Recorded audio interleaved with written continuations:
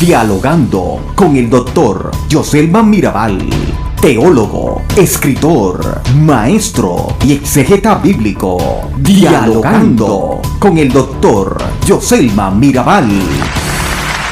Muy bien, esto es Dialogando con el doctor Joselman Mirabal. Señores, y el invitado de hoy es una leyenda en el arte cristiano. Es un amigo de muchos años y que definitivamente para mí es un placer presentar y conversar con él un tema tan interesante. Estoy hablando del doctor Jesús María Villanueva, pero eso de María él no lo conocen como María, a él le llaman Jesús Villanueva. Bienvenido, Jesús, a este espacio. Muchas gracias, Joselman, por la oportunidad que me estás brindando de poder conversar contigo y con tu audiencia. Bueno, hablar de Jesús Villanueva, su trayectoria en el arte como cantante, como dramaturgo, como locutor, como maestro, porque el hombre tiene su licenciatura y maestría en teología y profesor en la Universidad Nacional Evangélica Loné por muchos años, donde también fue el director de arte de la Universidad Evangélica Nacional. Qué bueno estar con nosotros con un tema muy interesante que está en la línea de su experiencia. Vamos a hablar un poquito sobre los ritmos musicales. Los ritmos musicales, una perspectiva cristiana. ¿Cómo los cristianos de una u otra manera abordan lo que es los ritmos musicales? Sabemos que en términos básicos el ritmo musical comprende la frecuencia con que los ciclos dentro de una melodía o canción se repiten unos a otros, es decir, la frecuencia de intervalos y sonidos que se transmiten a quien escucha y que es capaz de reproducirlas con su cuerpo incluso. El ritmo musical, por lo tanto, es una fuerza, un movimiento formado por una cierta sucesión de sonidos. Puede decirse que el ritmo, entonces, de la música se comprende de ciclos que se reiteran en intervalos de tiempo. Pero aquí hay muchos términos, ¿no?, técnicos y demás. La realidad es que el tema de los ritmos es un tema que llama la atención en muchos círculos cristianos, incluyendo algunos conservadores, ámbito pentecostal. Jesús, ¿por qué crees que muchos creyentes, incluyendo algunos líderes de iglesia, menosprecian ciertos ritmos musicales? Tú sabes, Joselman, que antes de responder, quisiera agregar a esa introducción tan magistral que tú acabas de dar, que esos intervalos, ¿verdad?, esas frecuencias que se repiten una y otra vez, a la cual se le llama ritmo, pueden repetirse bien con un instrumento musical específico, pueden repetirse con la boca y pueden repetirse con el cuerpo, así como también a través de cualquier sonoridad de la naturaleza misma. A veces tú escuchas el viento que va, o sea, que hay muchas cosas que producen, va y viene, sí, que va y viene y te genera ese ciclo que se convierte en una especie de ritmo. Hay una situación con el ritmo en las iglesias, más que con las melodías. El detalle con los ritmos muchas veces tiene que ver con la costumbre. O sea, ¿qué tanto estoy yo acostumbrado a escuchar ese patrón?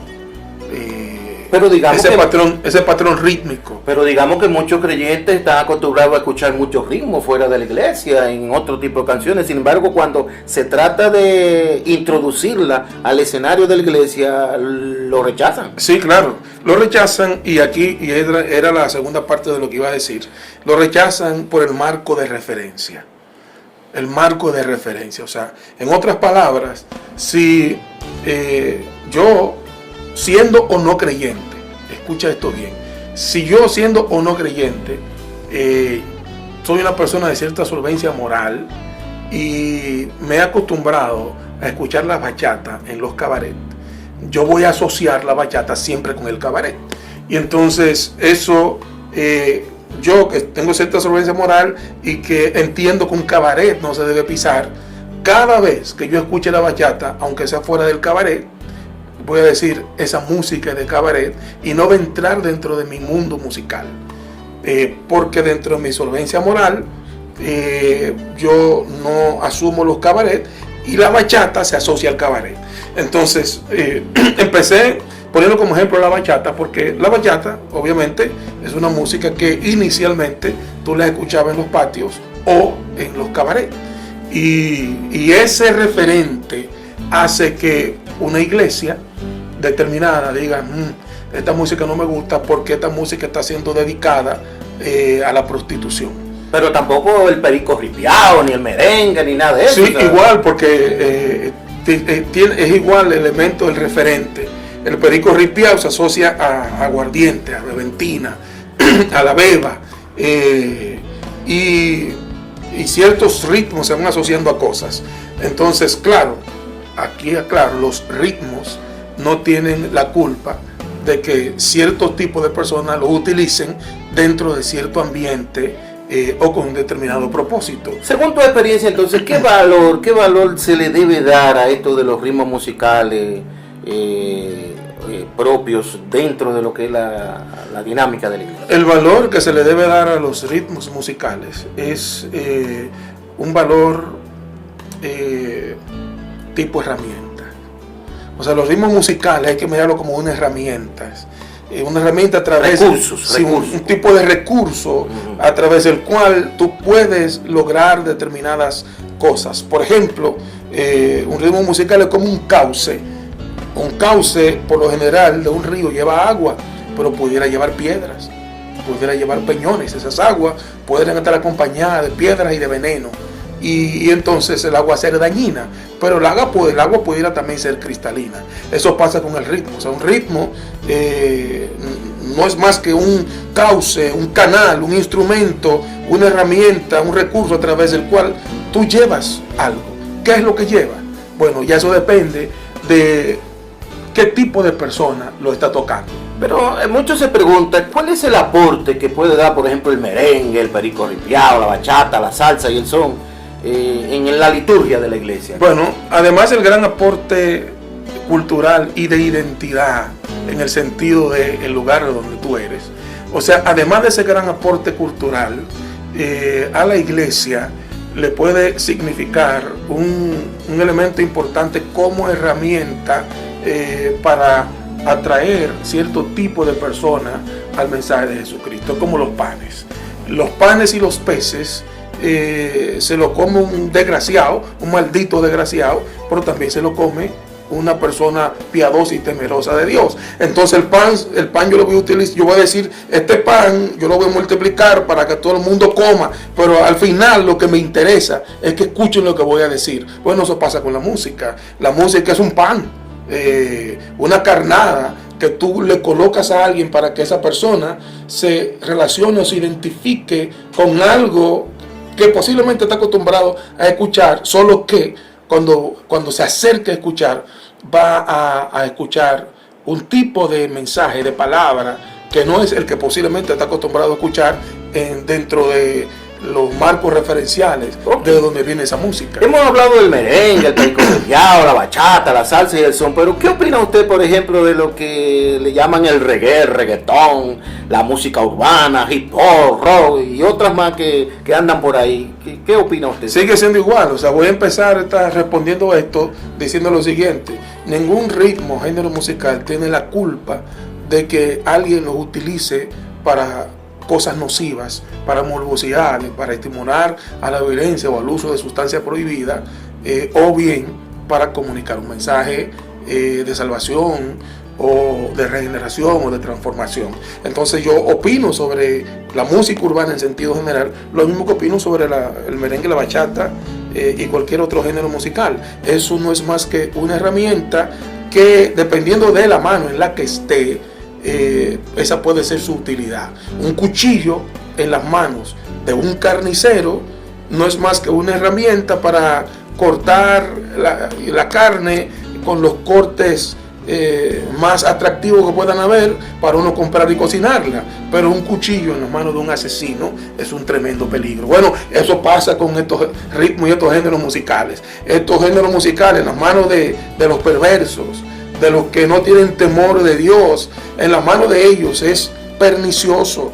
es de gente carnal, por sí, ejemplo. es degenerativo en las manos de un carnal, pero en las manos de un cristiano, obviamente, va a ser otra cosa, porque el cristiano le va a dar otro propósito al género y al ritmo musical, que no se le da el perverso. Hablemos un poquito entonces de tu experiencia en el arte. Sabemos que tú has sido en muchos aspectos controversial, porque tú has introducido a la dinámica de la liturgia de la iglesia una serie de elementos y de cosas que han tenido que romper cierto paradigma. ¿Cómo ha sido esa experiencia? ¿Qué ha sucedido? Es una experiencia para mí de mucho aprendizaje, porque esos choques, ¿verdad?, que generan este tipo de cosas, me ha permitido cultivar una paciencia maravillosa, extraordinaria, y una capacidad de comprensión de las personas que lo adversan. Porque el que lo adversa y no lo acepta tiene razón, porque su marco referencial no le permite llegar hasta ahí. Y ahí entonces, quiéralo o no, uno se convierte en un tipo de hermano mayor. Un hermano mayor que sí entiende los usos que se le pueden dar a esas cosas, pero que debe tener paciencia para que el que no los entiende, pues en algún momento lo pueda entender, o definitivamente amarlo a esa persona, respetarla y aceptarla tal y como está, aunque no entienda el uso de esas cosas. Hay personas que te han rechazado. Oh, sí, definitivamente. ¿Cómo tú has manejado ese rechazo? Igual, o sea, es lo que te estoy diciendo. O sea, las personas que me han rechazado, yo entiendo que no me están rechazando a mí. Están rechazando algo que no aceptan dentro de lo que yo hago. Y te repito, eso me ha dado madurez, porque al final, Joselman, lo que los obreros del Señor hacemos, lo hacemos con 3 propósitos. Uno es alabar y glorificar a Dios. El otro es inspirar y edificar a la iglesia. Y el otro es conquistar al perdido. Entonces, si yo voy para una iglesia y esa iglesia determinada no acepta ciertas formas de cómo nosotros podemos dar el evangelio, al final lo que yo voy para esa iglesia es a inspirar y edificar. O sea, yo no tengo por qué generar provocación que genere cierto disturbio y que divida. Ahí yo he tratado de cuidarme con eso. O sea, eso no significa que no soy de vanguardia. Claro, yo soy revolucionario y de vanguardia, pero también yo debo aprender a entender a mis hermanos. Pero también está la otra moneda. Yo tengo testimonio de mucha gente que te sigue, Sí, que claro. confía en lo que tú haces. Claro, Tienes miles de seguidores en las redes que de una u otra manera hablan de esa experiencia. ¿Cómo te sientes cuando escuchas esas palabras y esas cosas? Mira, si supiera que me siento muy bien y satisfecho con la satisfacción del deber cumplido. Iba a decir me siento orgulloso, pero es mejor decir satisfecho. Me siento satisfecho con esa satisfacción del deber cumplido, y a esos hermanos míos que sí asimilan todo lo que el Señor me ha permitido trabajar desde las artes. A veces uno tiene que hacer un llamado de atención, porque a veces uno entra en diatribas y en discusiones estériles cuando uno trata de imponerle a alguien que comprenda lo que yo comprendo, pero que él no lo comprende. Y hay que tener paciencia. Eso lo digo a mis hermanos que sí asimilan nuestro ministerio. Tenemos que tener paciencia con los que no lo asumen, porque también son nuestros hermanos. Y hay que tener tolerancia con ellos. Claro que sí. La tolerancia claro que es muy sí. importante. Hablamos un poquito de tu experiencia como director de arte en la Universidad Nacional Evangélica. ¿Cómo fue esa experiencia? Yo fui testigo de un montón de eventos, en algunos participé, como claro, iniciativa claro, dentro del marco de esa dirección. Bueno, una de las cosas que se logró en mi labor desde la UNEF es el poder generar confianza en la mayoría de esos muchachos que de alguna u otra manera formaban parte de ese departamento de cultura en ese tiempo que yo estaba. Esa confianza que recibieron en su capacidad artístico-cultural los que vieron la oportunidad de desarrollar su potencial como escritores, por ejemplo, dentro de los círculos que pudimos trabajar ahí, los artistas plásticos y visuales, esos muchachos que pintan, que hacen obras maravillosas en las artes plásticas, en la escultura, en el tallado, el desarrollo del cine cristiano que empezó dentro de ese círculo a través del Expo Congreso Cultural Cristiano, que de paso te digo que es un proyecto que se está reeditando con otro nombre. Que yo participé en alguno que dio como resultado incluso publicaciones de libros. Claro, de todo lo que fueron las ponencias, la explicación y la convención de líderes de diferentes segmentos. Claro, de esa fórmula está el libro, por ejemplo, Pobreza más que carencia económica, que agrupa a una serie de líderes importantes, como tú dices, muchos de los cuales salen como escritores en un libro por primera vez. Sí. Ese es uno de los grandes logros. Está el de la violencia, una perspectiva cristiana, que es un libro extraordinario también, surgió de ese tipo de cosas. Así como también el desarrollo que el cine está teniendo en el cristianismo actualmente, surge de esa parte de ahí, y un montón de muchachos que no podían pagar su universidad, que fueron reclutados por beca, por su talento artístico para terminar sus carreras. Háblame de cabecéame, eso está fuerte en las redes, cabecéame. Yo invito a que usted entre a YouTube, busque cabecéame de Jesús Villanueva. ¿Cómo surge eso de cabecéame? Tú sabes que la motivación a decirle que sí al Señor Jesucristo, uno lo hace de muchas maneras, y siendo uno dominicano, nosotros los dominicanos, puertorriqueños, cubanos, los isleños, además de usar las palabras para decir las cosas, utilizamos muchos ademanes, y uno de los ademanes que nosotros utilizamos para dar una afirmación o decir algo positivo es meneando la cabeza. Y entonces de ahí surge esta canción cabecea, dime que sí, con tu cabeza, y nunca me dejes de cabecear, no, diciendo sí al Señor. Eso está muy bien, porque mucha gente cree que los cristianos no se gozan, no se divierten, que no hacen ese coro, porque la realidad es, señores, que los ritmos musicales, desde una perspectiva cristiana, tienen que ser de una u otra forma acogidos, integrado a lo que es la liturgia de la iglesia. Necesitamos que la nueva generación de creyentes y la generación anterior entren en un espacio de diálogo en el cual pueda haber cierto nivel de tolerancia, si fuese necesario en algún aspecto, pero también de complacencia desde otro punto, porque los ritmos musicales son un instrumento importante para la proclamación del reino. La evangelización, cuando se integran estos ritmos que de una u otra manera pues son actuales y que representan, verdad, ese movimiento de jóvenes que de una u otra manera pues se identifican con ellos, es una forma de evangelizar y proclamar el evangelio. La realidad está ahí, los ritmos musicales no son del diablo. Claro. Eso es algo que hay que estar muy claro. Ninguno. De hecho, el diablo no está señalado en la Biblia como que haya creado algo. No ha creado nada. Todo lo creó el Señor, incluso al mismo ser humano, que es quien produce los ritmos, así como para colocarlos en la sonoridad que nos llega actualmente. ¿Cuál sería entonces tu recomendación ya al cierre de este espacio sobre los ritmos musicales, especialmente a esos segmentos de la iglesia que se resisten un tanto a dar apertura a estos ritmos?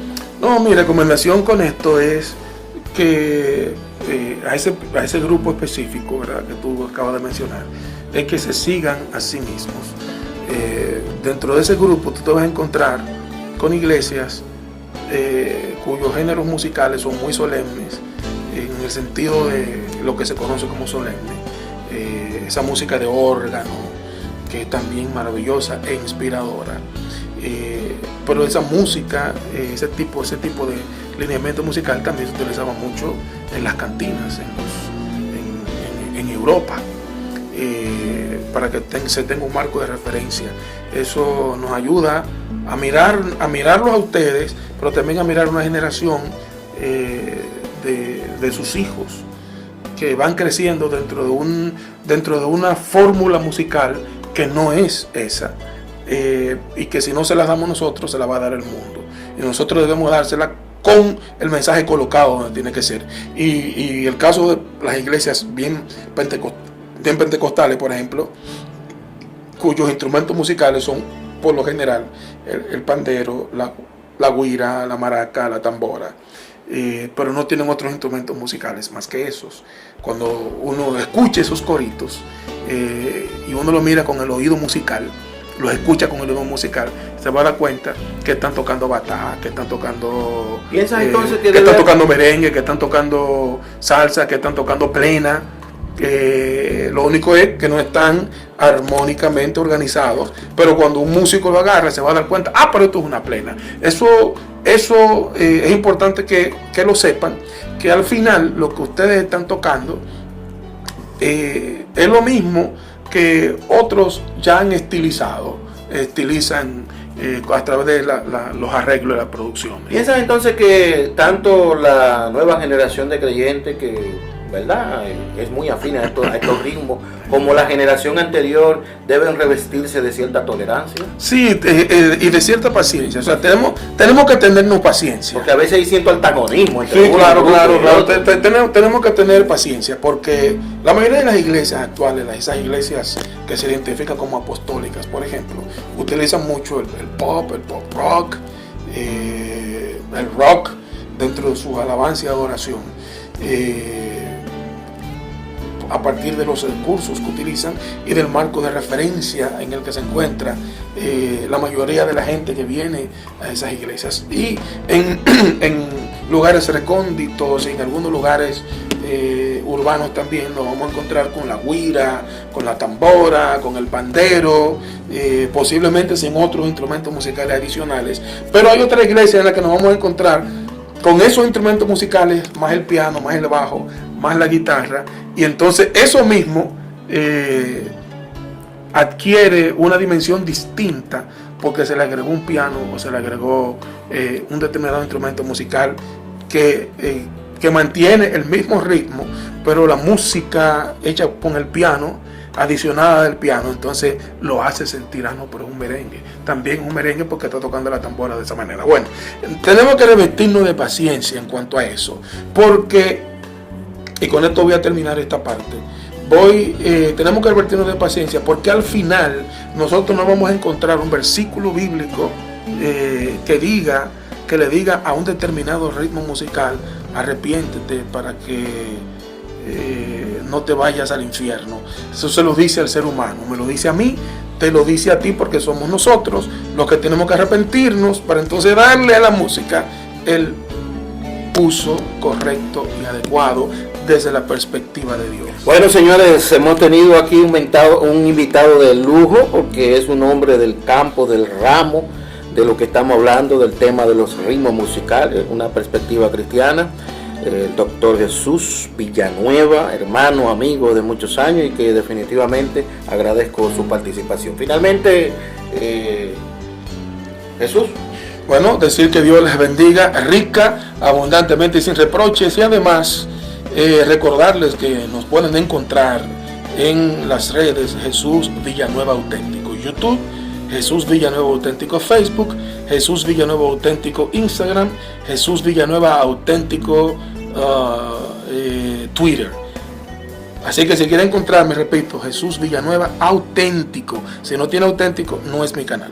Bueno, señores, será hasta la próxima en este espacio dialogando con el doctor Joselman Mirabal. Bendiciones a todas y a todos. Este espacio es patrocinado por Alianza Cristiana Universitaria Internacional, incorporada a CUI. Dialogando con el doctor Joselman Mirabal.